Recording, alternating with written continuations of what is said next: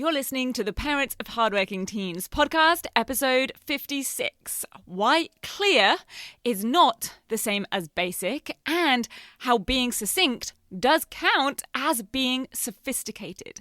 This episode is all about making sure that your teen's writing is succinct and clear, and have them avoid the temptation of being overly wordy or trying a little bit too hard to sound sophisticated.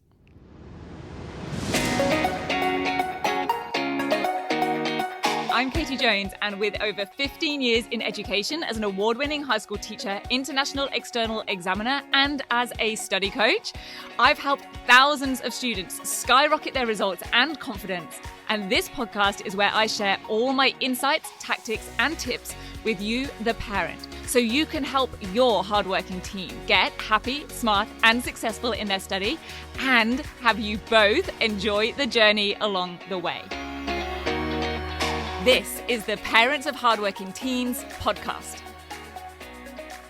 Hey there, VIPs. I hope you're really well and either surviving the end of term and end of semester or enjoying the school holidays, depending on your state and school system.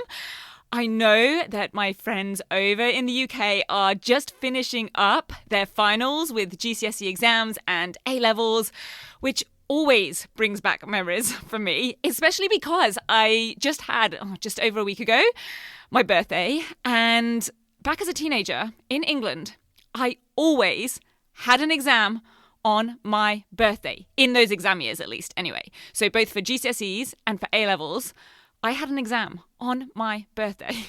It just never fell as one of those years where you happen to get your birthday fall on a weekend or just not have one of my subjects be scheduled on that day. No, I always ended up with a formal exam on my birthday, and it was harsh and not very fun, I have to say. And I know that right now, a lot of Australia and New Zealand students have also been sitting semester exams or trials recently. So I think there are probably a lot of you parents and carers out there right now who are just breathing a little bit of a sigh of relief right now at having gotten through all of that. And I'm hoping that what I'm going to share today here on the podcast might also bring a little bit of relief to you and your teens as well, because I'm going to explain why your teen being clear in their writing is more important and more rewarding in terms of the marks and the grades that they get than them trying to sound all fancy or sophisticated, especially if trying to be fancy and sophisticated can actually verge into being a little bit confusing or waffly or vague or unclear. Now, I first shared this information and these insights on my recent Facebook Live, and I had a lot of feedback from parents who were there live and found it really helpful, or in fact caught it on the replay, and I'll share with you how you can go do that. But what I won't be sharing here is the open Q&A that followed on that live, because actually this advice on being clear rather than verbose was just a little intro to our June open Q&A session. Because every month I now host a live Q&A on the Rock Solid Study Facebook page where you or your teen can ask me anything you like about study, exams, even hit me up with a real exam question or essay question that might be stumping them in some way. Definitely, you are welcome to test me on those things. And I often start out on these live Q&As by delivering a few bonus tips or my latest observations and insights. And I like to do that because as I'm on camera, rather than just talking to you through a microphone, I will also be able to sometimes have visuals, which means that I can do things a little bit differently than I can on the podcast. So not necessarily better, but a little bit differently, which is really nice. Plus, I do love the two-way interaction and being able to explain things in real time. And of course, the fact that you get to pick my brain for free for the information that you or your teen want in that moment so that we can have a two-way communication system rather than me just always delivering things one way, either here on the podcast or through emails. So if you don't already like and follow the Rock Solid Study Facebook page, then definitely do that and join me live on the third Wednesday of each month throughout the rest of 2023. I've committed to doing these lives for the remainder of this year. Plus, if you go over there, you can find all of our past live session recordings to get some more bonus tips, see any answers to things that you might not have even thought to ask before. So definitely go check that out. And maybe there will be something in this episode that will be one of those things you might not have even thought to ask about or consider for you or your teen. So let's dive in to why clear does not mean basic. And being succinct is not just about being simple. It is actually a feature of being sophisticated. Because how your teen writes and their what I call QWC, quality of written communication, is one of the 6 elements of exam technique. And I cover those 6 elements in detail in Catapult 6 for all of you with teens in the 10-week Grade Transformation Program. But it is definitely also applicable to their assignments or reports or essays. And the problem is, or the problem that I see with a lot of students right now, is that when they are trying a little bit too hard to sound fancy or make their writing high quality or to sound smart, it can sometimes actually reduce the clarity of their writing and therefore also reduce their marks. So let's break this down a little bit. There are some elements of their writing that will directly correlate to marks. So that might be things like using subject-specific terminology, knowing and using keywords and definitions appropriately. But generally, what I'm seeing quite a lot of, and what I've been coaching students on quite a lot recently, hence why I wanted to share a little bit about it here, is this trying a little bit too hard to sound smart and sophisticated and having it blur into becoming a little bit confusing for the reader, i.e. the marker, or becoming a bit waffly or just verbose and overly wordy in their delivery. So if your teen is someone who struggles to write with sophistication, whether that's in their word choices and vocabulary, which maybe aren't as varied or expansive as they could be, or maybe their writing just sounds a little bit pedestrian, where their sentence structures are always quite simple, then this is actually going to be good news for them. Not that they shouldn't still aim to increase their vocabulary or use higher level terminology, but the good news here is that clarity always trumps sophistication. And if your teen is on the other side of things and is able to or does naturally write in a more sophisticated and high quality way, then this will be a bit of a checkpoint for them to make sure that it is also extremely clear. And one other thing that I do want to quickly note, almost caveat a little bit here, is that it is also important that your teen is adapting their writing and the style of their writing to the genre or the audience or the task type that they are completing or writing for. And in English, this is likely to be worth some marks explicitly. And in other subjects, it may well be considered as part of their quality of written communication.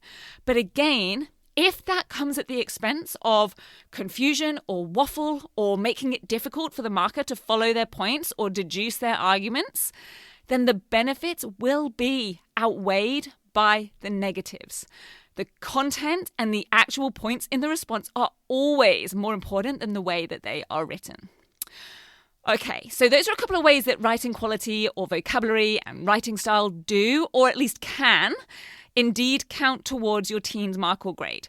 But the importance of having a clear and concise response to the question, or a clear and focused argument, or a clear and succinct report is always more important. If something is beautifully written, but the marker can't make sense of it or really grasp what your teen is trying to say, or determine whether they are truly answering the question, then your teen is unlikely to score highly. And the thing that spurred me on to really share this, both in the Facebook Live and now here on the podcast, was that I had a student I was coaching recently in Next Level. And they are a high achieving and able student. And so their vocabulary and their subject knowledge are very high. But they were making the marker work too hard. I went through a final piece that they had written, and I was reviewing like a final draft of a piece that they had written, and I had to tell them, make it easy for the examiner to give you marks. Don't wear them out. Don't make them wonder if you're actually going to get to the point. Because here's what happened. I'd read through about 3/4 of their introduction, and although I got the gist of what they were saying and I could see what their thesis statement was getting at, it just wasn't that clear. It wasn't easy to deduce. And as we went through it together and I shared this observation with them, they said, don't worry, it'll make more sense later. And I pulled them up on this. Kindly, but clearly, huh? Because like I said, they are a high standard student and the coaching we were doing was on the small but mighty nitty gritty details that would take them from maybe a B+ to an A or an A- to an A+. If there had been more glaring, lower criteria issues that needed addressing more than this, then I may not have mentioned it.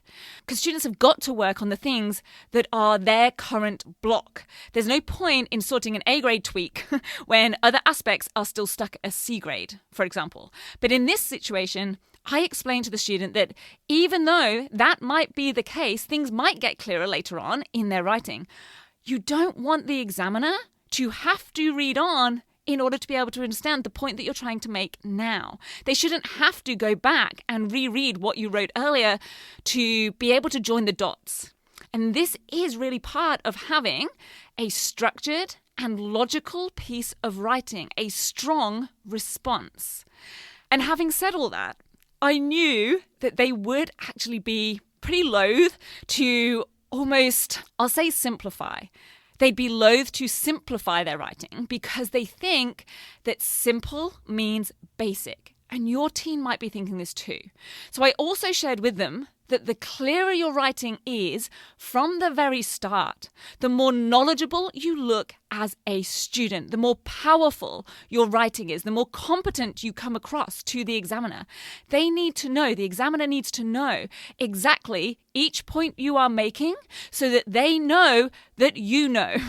The point being that clarity is powerful and shows confidence, and being able to put something across in a succinct way actually shows skill and sophistication.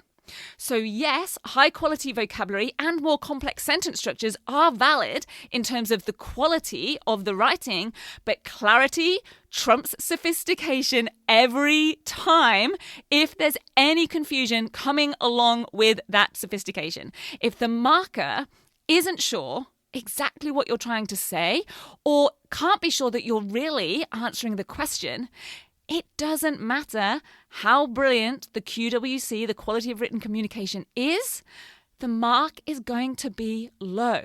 And you might have seen this if ever you or your teen have read something that sounds super sophisticated, super smart, or they've written something in that way and then still come out with a low mark. This is likely what is going on. And on the note of marks and grades, I'll share with you a little bit of proof on this in the form of mark scheme criteria and examiner feedback, just in case you or your teen are doubting this advice. So first up, it's worth just considering the adjectives used in each of the levels of descriptors that your teen might get. So at the lower end, we might see a descriptor with things like attempts to link or attempts to make a judgment. Now, that could mean that the student just doesn't do it very well, or a student could end up in this band because even though they wrote about whatever it was that was required, their point just wasn't clear enough. Maybe the examiner couldn't discern exactly what that link or judgment was because it was too waffly or vague or confusing. And at the higher end of the descriptors, we might see adjectives like effectively or discerning. And yes, that will relate to the detail and the content, but it will also relate to the clarity. If a student effectively explains or writes a discerning analysis, then it has to be clear. If it isn't clear, if it isn't succinct, then it isn't going to be effective, and it certainly isn't going to be discerning. And following on from this, I actually went and found some chief examiner reports to see how clarity and succinctness are reflected in these. Now, chief examiner reports, or sometimes they're called retrospectives or just examination feedback, these can all be found online. They are out there for free.